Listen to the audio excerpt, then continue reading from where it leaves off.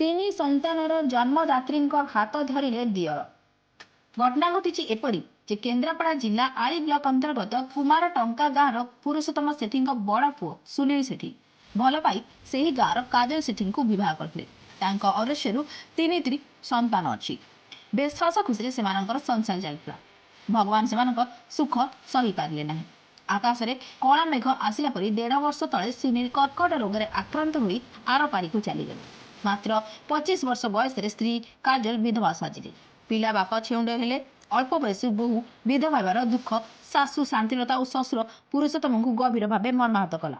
ସେପଟେ ଓଡ଼ିଶା ବାହାରେ ରହୁଥିବା ସାନ ଭାଇ ଅନିଲ ଘରକୁ ଆସିଲା ପରେ ବାପା ଓ ମା ତାଙ୍କୁ ଘରର ବୋହୂ ଘରେ ରହୁ କହି ଭାଉଜ ସହ ବିବାହ କରିବା ପାଇଁ ପ୍ରସ୍ତାବ ଦେଇଥିଲେ। ପ୍ରଥମେ ଭାଉଜ ରାଜି ହେଉନଥିବା ବେଳେ ପରେ ହଁ ମାନିଥିଲେ। ଏହାପରେ ଅନିଲ ମଧ୍ୟ ପ୍ରସ୍ତାବକୁ ଗ୍ରହଣ କରିଥିଲେ। ଏହାପରେ ପରିବାର ଲୋକେ ଏକଥା ଗ୍ରାମବାସୀଙ୍କ ସହ ଆଲୋଚନା କରିଥିଲେ।